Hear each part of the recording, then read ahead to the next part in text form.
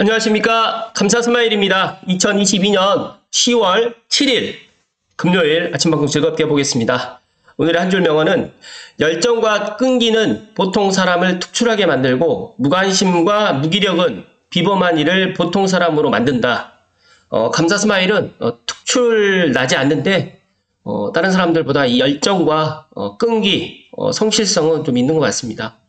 아무튼 오늘 하루도 열정 가득한 하루가 되시고, 감사스마일 방송 앞서서 구독과 좋아요는 감사스마일 TV 방송을 하는데 큰 힘이 되기 때문에 방송 보자마자 좋아요 눌러주시고 오늘 방송 시청해 주셨으면 대단히 감사하겠습니다.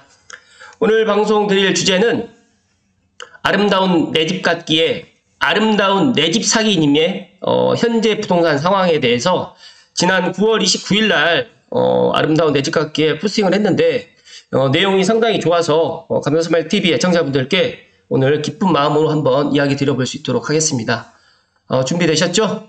네. 지극히 사견이라고 이야기를 하시는데 이분 제가 글을 몇 번이고 읽어보니까 상당히 부동산에 대한 그리고 경제 상황이라든지 정치적인 상황까지도 정확하게 판단을 하시는 분 같습니다. 개인적으로 얼굴 뵙지도 못했고 제가 이 방송을 통해서 제가 감사스마일 TV에 이야기를 드린다고 허락을 득하면서 이제 간단하게 짧게 댓글을 남겼는데 아무튼 감사합니다.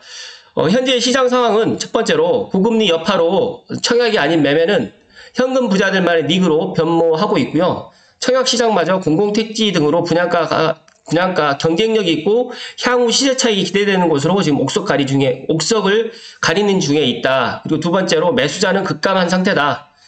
매수자 같은 경우에는 무주택자라든지 1주택 갈아타기, 다주택자 중에서 무주택자와 1주택자 같은 경우에는 금리 부담이라든지 시세 차익 기대감이 낮아서 시장에서 이탈한 상태고, 다주택자들도 각종 규제, 취득세 중과라든지 대출 규제 등으로 해서 시장 관망세다. 특히 구축을 팔아서 상급지로 가는 것은 기존 구축이 팔리지 않아 쉽지 않다. 정확하게 보신 겁니다. 하락폭이 세 번째 크다. 사실상 지금은 시세에 가늠이 어렵다. 시세 측정을 위한 표본 회수가 워낙 적고 급매가 이루어지고 있어서 전반적인 폭락으로 보기에는 다소 무리가 있으며 수도권에서 고정금리 또는 실거주 집주인들의 신축 공급이 부족하다는 것을 알기에 이미 버티기에 돌입했다.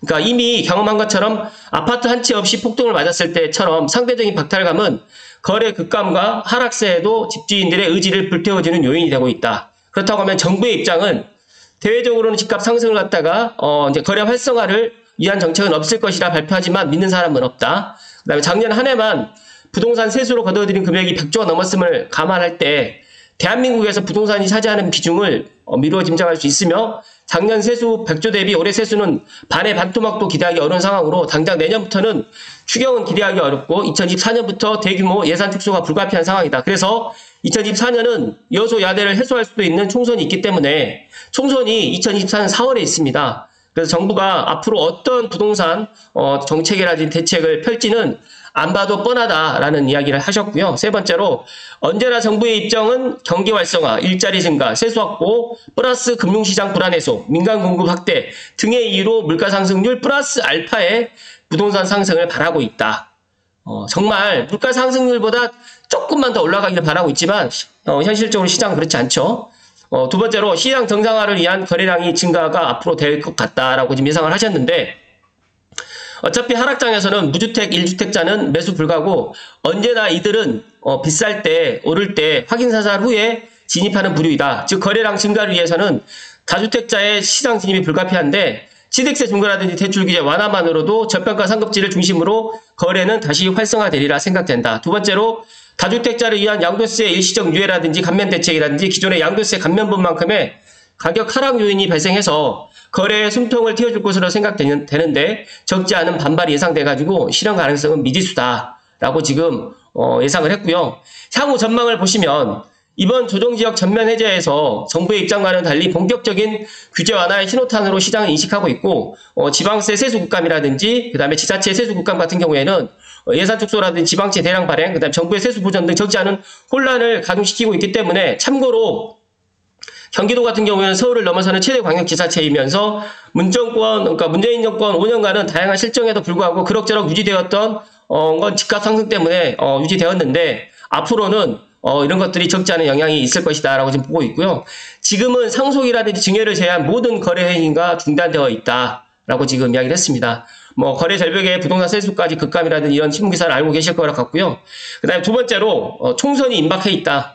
그러니까 1년 6개월 앞으로 다가온 총선의 주요 이슈가 이제 부동산 규제 완화라든지 실질금리 인하가 될 수밖에 없으며 이미 수도권 지역구 의원 중에서 의회 내부에서 조금씩 목소리를 내는 중이다라고 지금 이야기를 하셨고, 세 번째로는 서서히 끝이 보이는 금리 인상.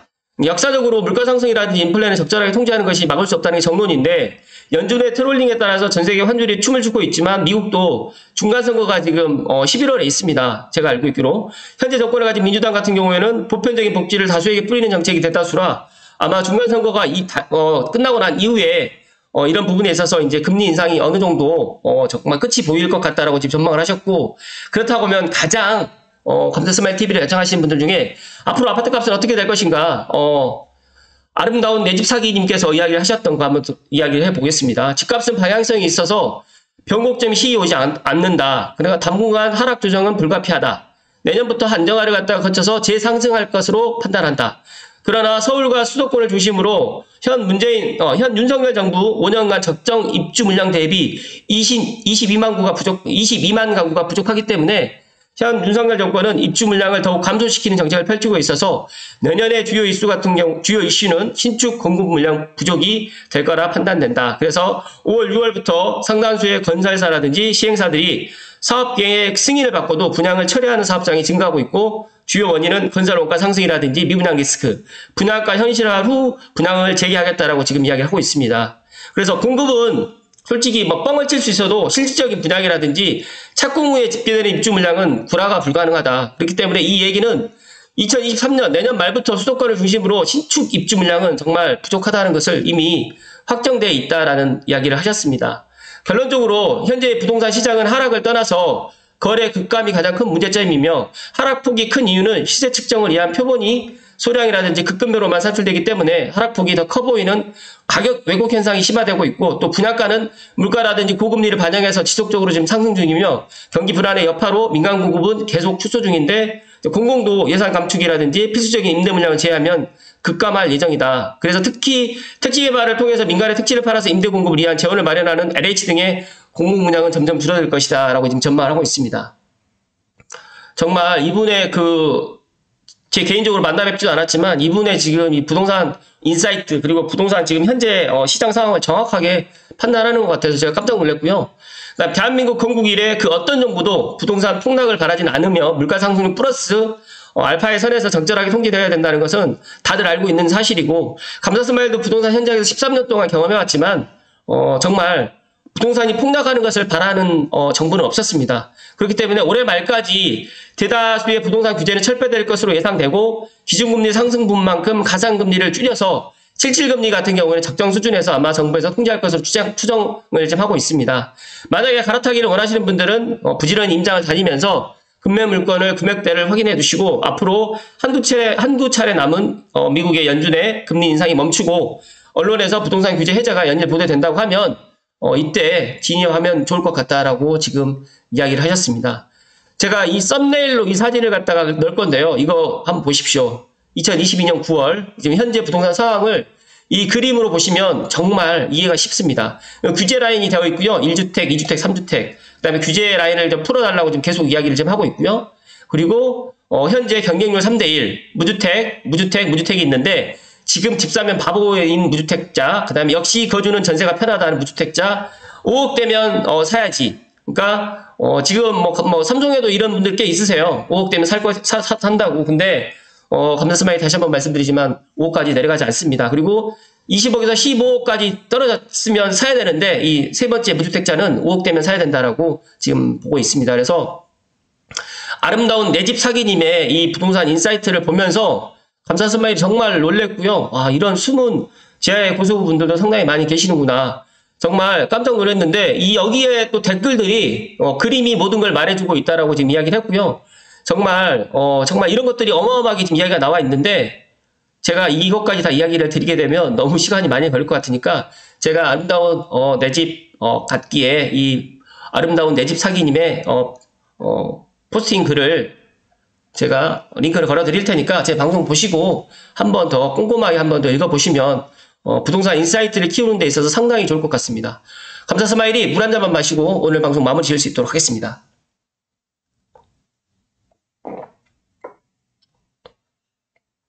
감사 스마일이 놀랬던 게 이 그림을 본인이 그리셨는지 모르겠지만 이 그림 안에 정말 그 현재 부동산 상황이 다 담겨져 있는 것 같습니다.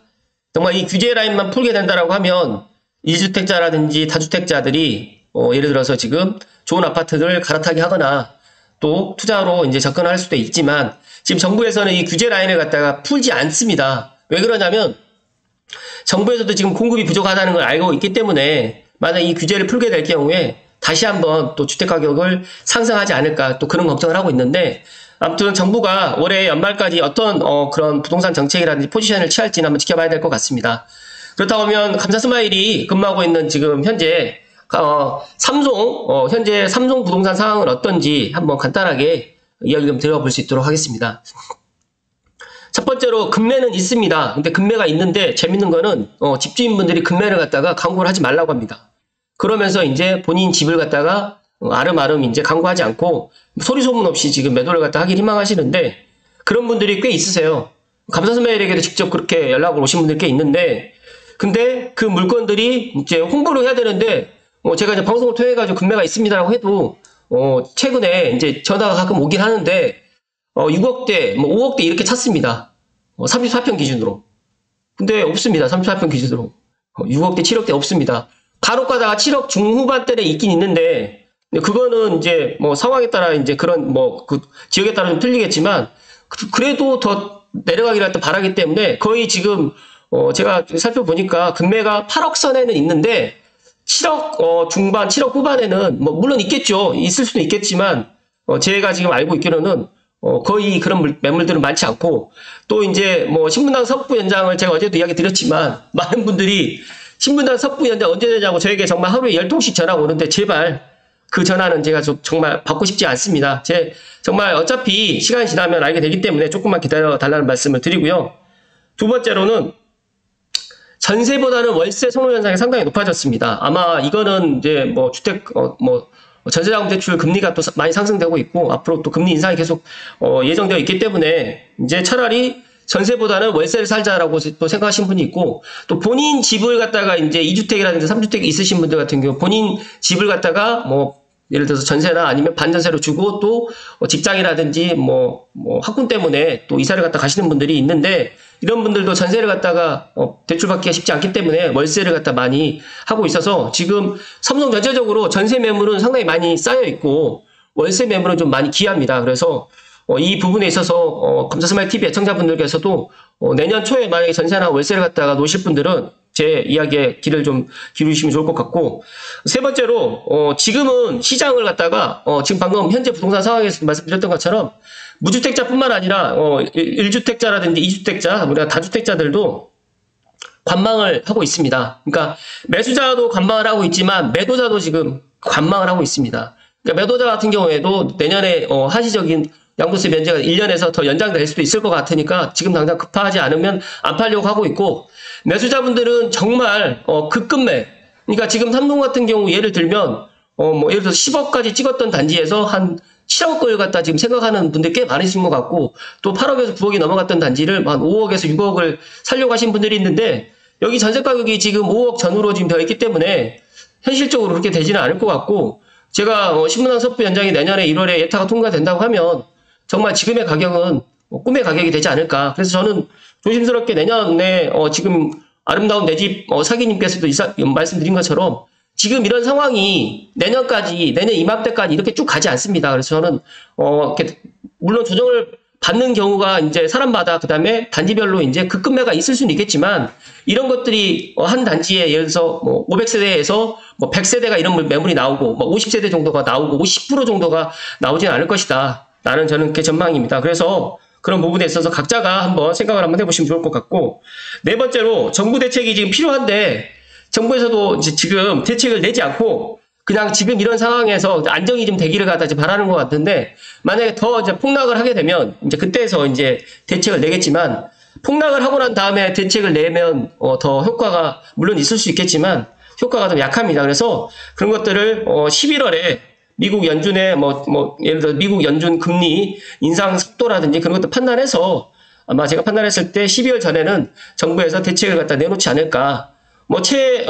최고의 시나리오는 취득세 면제가 가장 좋은 시나리오고, 그리고 더 나아가서 이제 무주택자라든지 1주택자의 그런 대출 그런 완화를 갖다가 좀 하게 되면 지금보다는 거래가 많이 되지 않을까 그렇게 전망을 하는데, 정부에서는 그걸 바라지 않습니다. 그래서 참 정부와 시장의 그런 동상이몽을 갖다 보면서 작년까지만 해도 부동산 가격이 너무 올라서 정부의 대책이 먹혀들지 않았는데, 지금은 정부가 대책을 내지 않으니까 부동산 시장이 안정이 되는 이런 아이러니한 상황이 지금 펼쳐지는 것 같은데, 감사스마일이 감사스마일 TV 애청자분들께 마지막으로 드리고 싶은 얘기는, 이런 상황도 지나갑니다. 제가 이제 부동산 부동산 방송을 갖다가 좀 되도록이면 부동산 그런 시장 상황에 대해서 이야기를 갖다가 저 말고 다른 분들도 많이 하고 있고, 또 폭락론자 유튜버 분들은 더 기회다라고 싶어서 더 많이 이야기를 하겠지만, 저는 이런 시기도 정말 길어야 내년 초 정도, 내년 정말 전반기 정도라 갈까?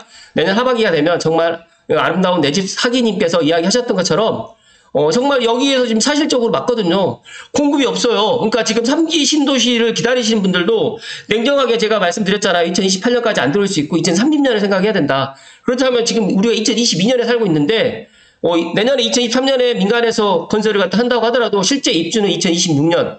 그다음에 1기 신도시 같은 경우도 마스터 플랜을 갖다 한다고 하더라도 10년 걸리거든요. 그렇기 때문에 신축 아파트라든지 수도권의 아파트 공급은 지금 이런 상황이 더 장기화된다라고 하면 더 줄어들고, 그렇기 때문에 공급이 부족하게 되면 지금 여러 가지 상황은 지금 나쁘지만 내년까지도 이런 상황이 나쁘지는 않을 거다라고 또 전망을 하고 있기 때문에, 제가 생각했을 때 부동산 가격은 올라가는 걸 저는 바라서 말씀드리는 게 아니라 지금처럼 내려가지만은 않는다라는 말씀을 끝으로 강조해서 이야기를 드립니다. 각자가 부동산 현재 상황을 한번 냉정하게 객관적으로 한번 판단을 해 보십시오. 이게 제 이 그림을 보면서 이 그림이 정말 맞다라는, 저는 강하게 이 그림처럼 지금 현재 상황이 펼쳐지고 있다라는 말씀드리고, 정부에서 정말 뭔가를 갖다가 대책을 갖다가, 그러니까 다른 대책이 아니라 이 거래를 갖다가 할 수 있도록, 그러니까 1주택자도 갈아타기도 할 수 있고 무주택자도 내 집 마련할 수 있도록 이렇게 거래를 갖다 활성화될 수 있는 방법을 좀 고민해서 대책을 마련을 해야 되지 않을까. 그래야지만 막힌 것들이 풀리면서 여러 가지 순환이 돼서 또 경제에도 더 좋지 않을까라는 말씀을 드립니다. 감사스마일이 그 아름다운 내 집 사기님의 이 글을 이제 제가 앞으로도 계속 보면서 또 많은 이야기를 좀 드리겠지만, 지극히 사견이라고 했고 부족한 지식이라고 했지만 부족한 지식이 아니라는 말씀 다시 한번 끝으로 드리면서 오늘 방송 마치고요. 또 어느덧 또 내일부터 또 10월 두 번째 연휴가 시작되는데, 감사스마일은 또 내일 아침에도 즐겁게 또 방송을 한번 해보겠습니다. 나가실 때 좋아요 부탁드리겠습니다. 고맙습니다.